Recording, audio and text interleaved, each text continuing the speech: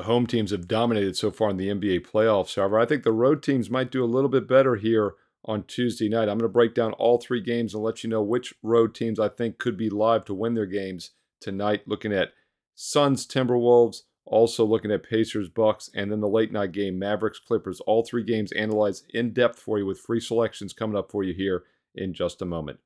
Hi, this is Steve Merril, WagerTalk.com, back here on WagerTalk TV, and I'm breaking down your three NBA games for this Tuesday night, April the 23rd. Quick reminder, I'm going to do this each and every day for every game of the NBA playoffs for the next 2 months. If you're finding it useful, do me a couple quick favors. Thumbs up, like the video, and also comment below. Let me know if you want to see more of these daily videos, and I'll keep them coming. Also, let me know what best bets you like tonight on Tuesday. All right, first game goes at 7:30 Eastern, and it is on TNT National TV, and that's Game 2 between the Suns and Timberwolves.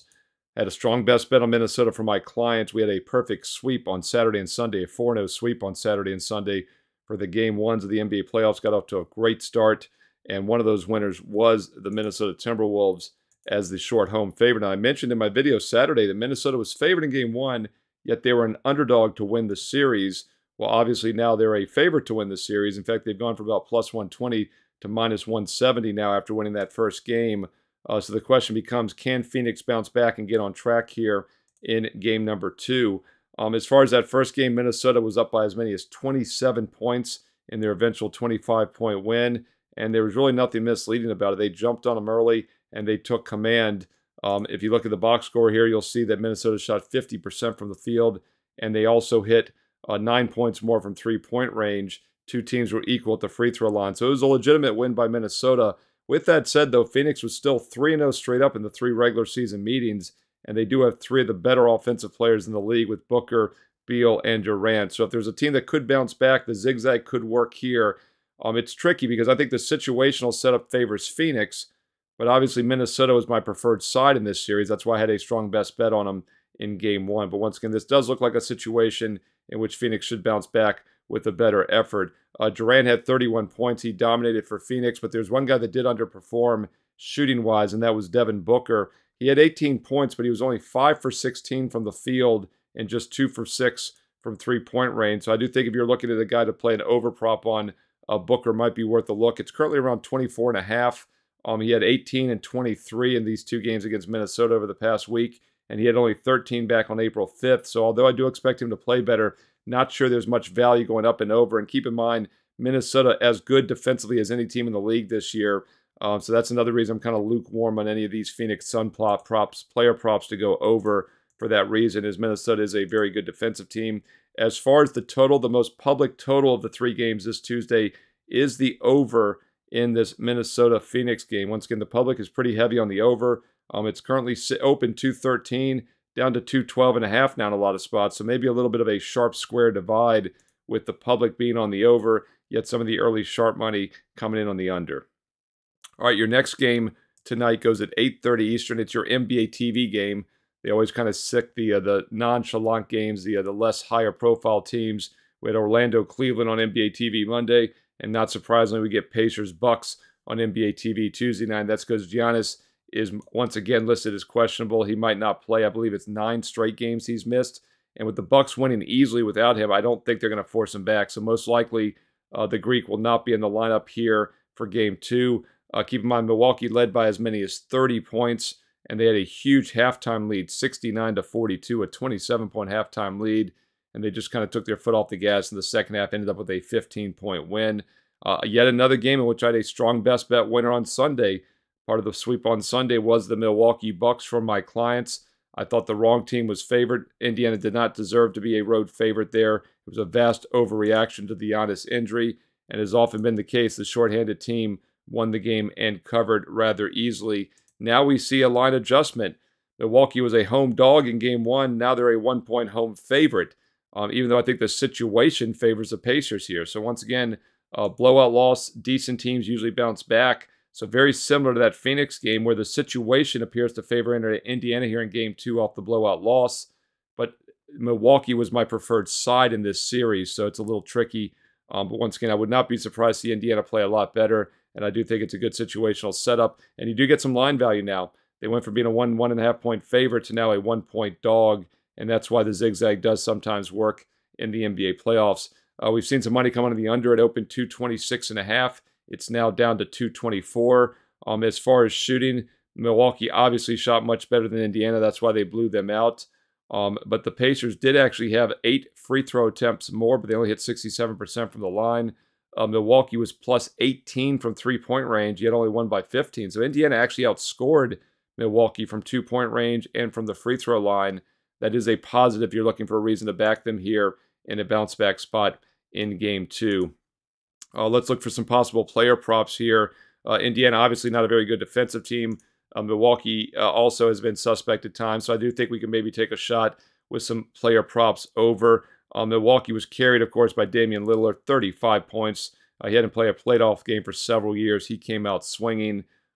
He probably does regress a little bit, but with Giannis out, Middleton and him have to do the heavy lifting, and that's exactly what they did in Game 1. The two of them combined for 68 of their 109 points. Siakam had 36 for Indiana. Maybe they'll look to slow him down a bit. So maybe he's a guy we want to stay away from. Halliburton should perform a lot better. He only had 9 points. He only took 7 field goal attempts, was 4 for 7, though. It'll be interesting to see if he does get more shot attempts. His point total is set around 19. He has not gone over that except for once in the last 6 games. So I would probably stay away from Halliburton, even though he does probably score more than 9 points. A couple guys I will mention. First of all, let's look at Aaron Nesmith for the player prop, 11.5. He had only 7 points in the last game, but I think he can get there. He's averaging still 11 over the last 10 games for the Pacers, and the reason I like him is because he was only 2 for 9 shooting and just 1 for 7 from 3, and he still got to 7 points. So I think Nesmith over the total, over his point total, which is currently around 11.5, could be worth a look for the Indiana Pacers. Also, one other guy I wanted to point out, too, that had a really bad shooting game was Miles Turner. He ended up with 17 points, went over his total of 16.5. Had 17 points, still went over despite going just 5 for 17 from the field, only 3 for 9 from 3. So once again, Miles Turner took a lot of shot attempts and still got to 17 points despite hitting only 5 of 17. He had 31 and 17, 16 and 22 before that, and 16 before. So he's had at least 16 points or more in 6 straight games, and his total is currently around 17.5. I do like Miles Turner to go up and over his point total in Game 2. All right, one game to go. It's your late night game between the Mavs and Clippers. I'm going to get to that in a moment. Just a quick reminder, if you're finding these daily NBA playoff preview videos useful, please comment below and let me know, and I'll keep them doing. I read all the comments, and I reply back. Let me know which games you like tonight, which bounce backs you think happen, which home teams take 2-0 leads, and also any player props you're looking at. Let's learn and earn and win together here on WagerTalk TV. Be sure to hit thumbs up, the like button, and don't forget, hit subscribe and click the bell as well, so you know when these videos go up each and every day, and you can be the first to watch and take advantage of the actionable info. Once again, hit subscribe and click the bell as well, so you know when my free play videos go up each and every day here on WagerTalk TV. Don't forget, if you want my personal best bets, they're available each and every day, including a strong best bet for Tuesday. I also have an advanced play for Wednesday NBA. Once again, NBA best bets for Tuesday and Wednesday are locked and loaded right now for my personal clients. You can get them on a daily basis for $25 per play. Or how about saving big for the next 3 months? Get the rest of the NBA playoffs all the way through the finals in June, plus the next 3.5 months of baseball. Everything till the start of NFL preseason on August 1st. You get everything till football starts for just $5 a day. That's my #1 ranked NBA. #1 all-time units won in the NBA at WagerTalk, including #1 once again this season. Red hot start this year, the NBA playoffs, plus 3 months of baseball. Everything for just $5 a day. That works out to about $2 a play for the next 3+ months. No promo code needed. The offer is available right now on my page, Steve Merril, WagerTalk.com. Don't forget to also check out the daily free plays I post there as well. Steve Merril, WagerTalk.com. Get there quicker with shortcut WT.buzz/SM. Let's look at the third and final game for Tuesday night. It's your late night game on TNT at 10 o'clock Eastern. Mavericks at the Clippers. I did not have any play in Game 1. In this one, I stayed off, but I got the result I was hoping for, and that was kind of a blowout lead, a little bit of a misleading win by the Clippers. So now it sets up, I think, a good bounce-back spot for the better team in this series, and that's the Dallas Mavericks. Mavericks are actually the only favorite that did not win straight up. All the home teams won straight up on Saturday and Sunday in Game 1, but keep in mind the Mavericks are actually a road favorite So they're the only favorite that lost outright, and that means they are technically the better team in this series. So I do think it's a good bounce-back spot for them here in Game 2. The zigzag should work in this one. They're currently laying about 2 on the road. Total's around 217.5. It has dropped a bit from the opener of 218. Let's dig into the box score of that meeting on Saturday. What happened, of course, was that the Clippers came out to a red-hot start. They were up by 26 at the half, outscored them 56-30. And one of the reasons the Mavericks struggled early is that the Clippers came in with a different game plan than expected, and they really posted up Zubac, who had a monster game, 20 points, 15 rebounds, but he only had 8 points and 5 rebounds in the second half once the Clippers started to make adjustments. And I think they'll continue to make adjustments against Zubac, so you might want to take a look at his props under.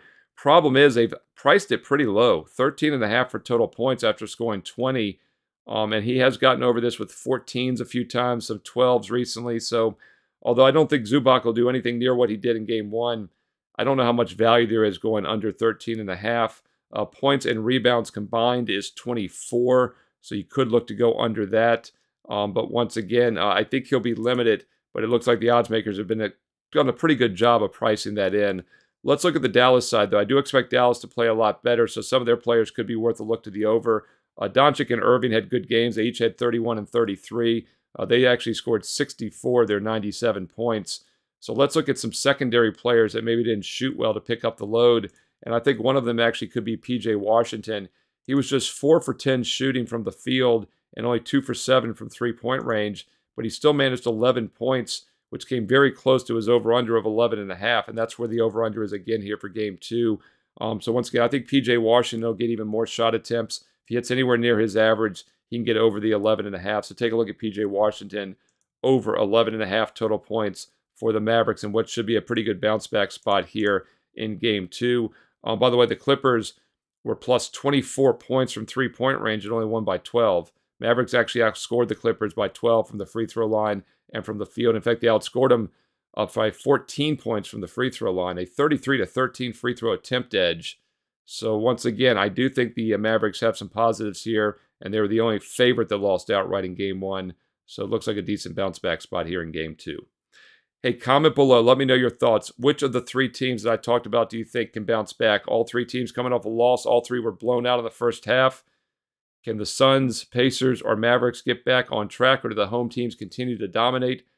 Comment below. Let me know your thoughts. Let me know what you're playing tonight on Tuesday. Throw in some player props, some analysis as well. And don't forget, if you want my official best bets, I've got a Tuesday night NBA best bet, also a Wednesday night NBA best bet posted in advance. When you're a direct subscriber, the plays are emailed to you instantly when I release them, so you get first to act and get the best lines. If you want to try out my plays tonight, they're available on a single game, $25 per play basis. I average about 2 to 3 games a day. So instead of spending $50 to $75 for 3 plays, why not get the next 3 months for just $5 a day? That works out to just a couple dollars a play for the rest of the NBA season, my #1 ranked NBA season. In fact, I'm #1 all time in units 1 in the history of WagerTalk in the NBA, including #1 again this year. And then also you get 3+ months of my baseball best bets as well. We are red hot right now in all sports, and it continues on Tuesday night. Don't forget about the bonus free plays as well. Steve Merril, WagerTalk.com. Get there quicker with shortcut WT.buzz/SM. Follow me on Twitter and X as well, at Steve Merril, 2 R's, 1 L, at Steve Merril on Twitter and X. Also post free plays throughout the week on Instagram. Be sure to follow me and WagerTalk on IG. And once again, comment below, thumbs up, like, subscribe, and hit the bell for instant alerts. And be sure to stay tuned here to WagerTalk TV for more great baseball and basketball previews coming up next.